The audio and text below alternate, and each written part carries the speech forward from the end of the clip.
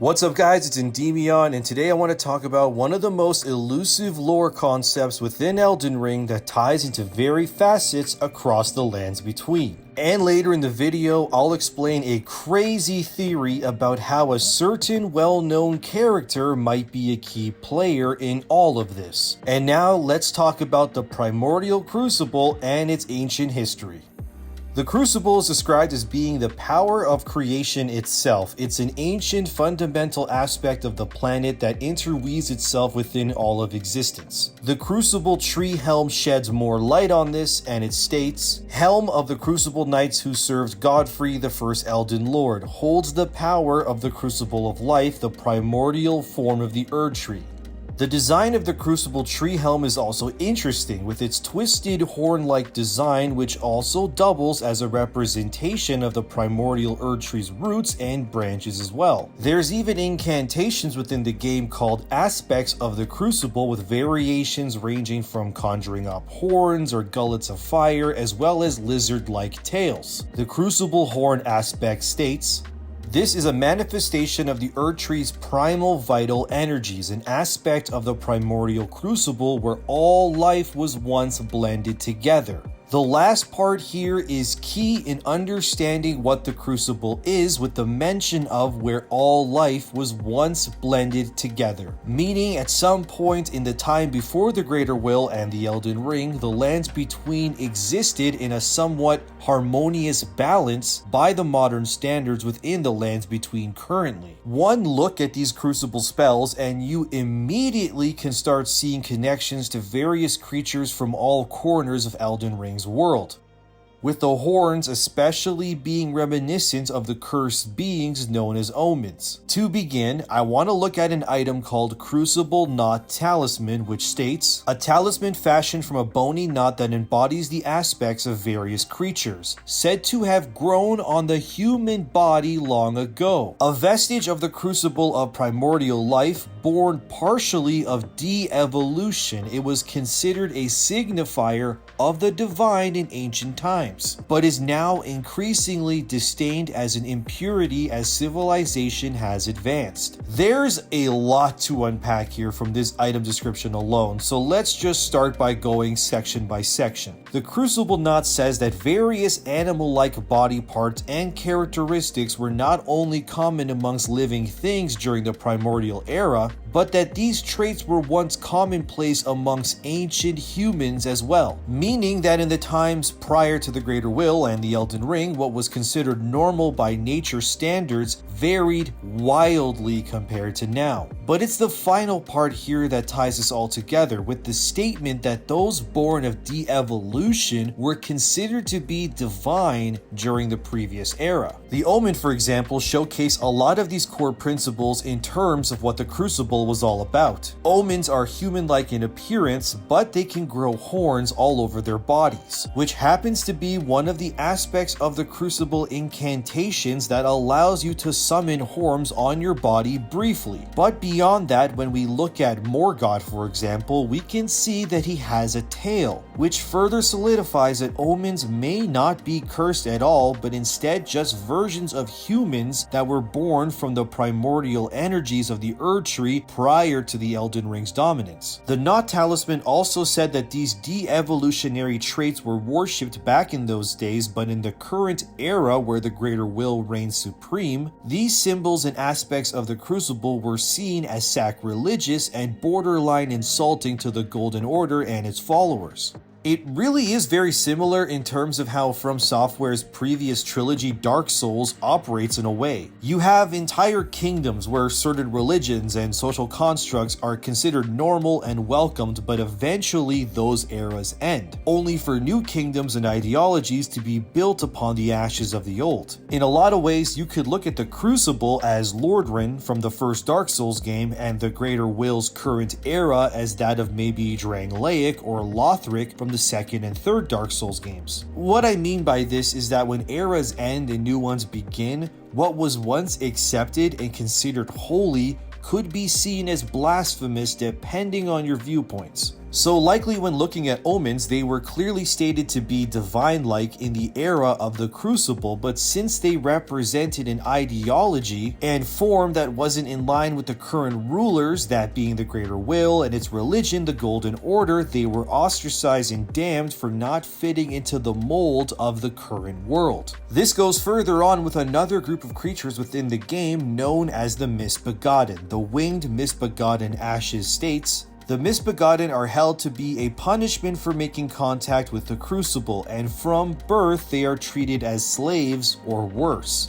Yet again, we have a group of creatures that are not only human-like in their face and body, but display all the various traits from the Crucible incantations. The Misbegotten have tails, wings, and claws. They are vaguely human, yet apparently were punished for trying to make direct contact with the Primordial Erdtree. And they were most likely, along with the Omens, seen as normal and viable forms of life, but in the current era, they're nothing more but slaves and pets for their masters now. And within Castle Morn, we learn that many of these Misbegottens were servants to the royalty there, but rose up and killed their masters and overtook the castle. The Crucible Knights seem to be long forgotten protectors of these fundamental standards, with their armor and weapons not only harnessing the power of primordial life, but showcasing its former glory as well. For example, we can look at this spear. Siluria's Tree states, "Siluria's Tree, weapon of one of the two honored as foremost among the Crucible Knights. The primordial form of the Erdtree is close in nature to life itself, and this spear, modeled on its crucible, is imbued with ancient holy essence."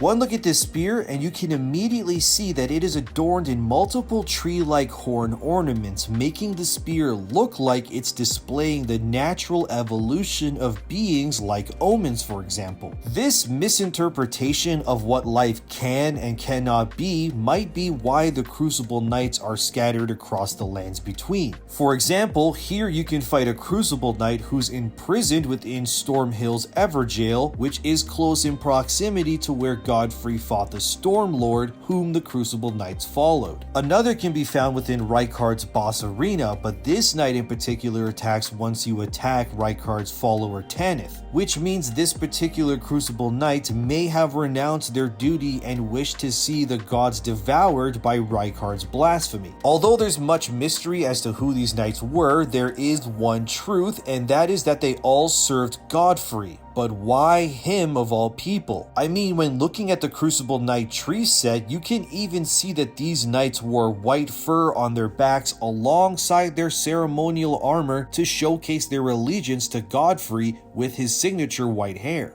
But again, why Godfrey? Well, here's where my theory comes in, and of course this could be wrong, but the nature of Elden Ring's mysterious lore does allow for speculation, so just bear with me and let me know what you think, of course, in the comments. Okay, so Godfrey, in my opinion, may be someone whose lineage is directly tied to the Crucible. What do I mean by this? Well, there's actually a lot of weird evidence for this, starting with that the Crucible Knights did follow Godfrey specifically and only disbanded once he was rejected by Queen Marika and the Shattering and all that stuff happened. But beyond that, in terms of demigods within the game, only two are omens. That being, of course, Morgott and his brother Mog, who are both coincidentally the children of Godfrey, and we never see this omen curse, if you can call it that, on any other demigod within the game so far. Not only that, but many players have said that it's really weird that you never see Godfrey's other child Godwyn's lower half in any cutscene.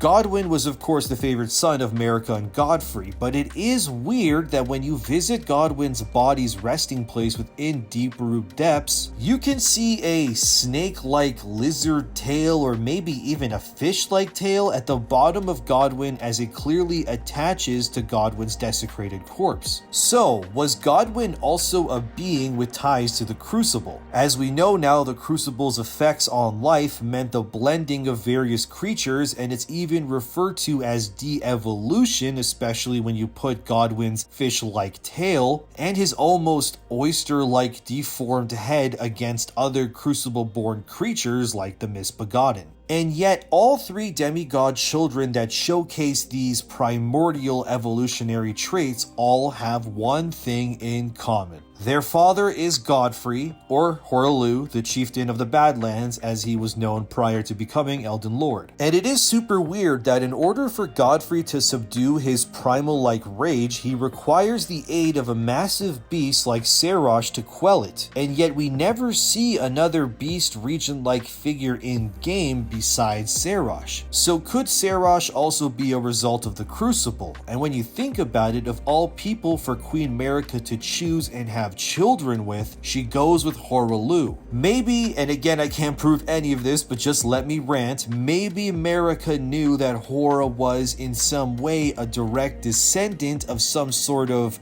how do I put this, royal or maybe chosen lineage that has direct ties to that of the Crucible, which again was the primary guiding force prior to the Elden Ring and all that nonsense. Also, it's kind of crazy that Hora, or Godfrey, is an absolute beast of a man, as he's borderline inhuman in terms of size and wishes to unleash his primal fury upon whomever or whatever he can because his need for bloodshed is so intoxicating. It's almost as if he's an animal or something, like he has the rage of the Crucible within him. And again, why would all the remaining Crucible Knights follow Godfrey specifically for any other reason than he has some sort of lineage or divine right to the Crucible in some way? He has to, right? Because no other demigods, like I said, have animal-like body parts that I can think of. Radon is huge, but that may be tied to the fire giant's curse upon his father Radigan. Rykard becomes part serpent, but I mean that's because he makes a pact with one, and then Ranni, well, Ranni is Ranni, so yeah. Every Crucible-like evolutionary trait and Crucible-made piece of lore all circles back to one specific character, which is Godfrey. He has to be connected to it in some huge pivotal way, not to mention that once Godfrey loses his grace, he also becomes the first Tarnished. And all Tarnished are connected to him like, oh, I don't know, maybe the player character, for example. Oh, okay, so what do you think of my crackpot theory? Of course, I can't prove any of this yet, but as always, let me know what you think in the comments. But I think for now, this should be enough in terms of understanding what the Crucible is and its various connections to the world of Elden Ring. So what do you think of it? Does any of my crazy theories make sense, or should I go lie down for a bit? Let me know. As always, thanks for watching, thanks to my patrons for their support, and I'm Endymion. I'll see you all in the next one.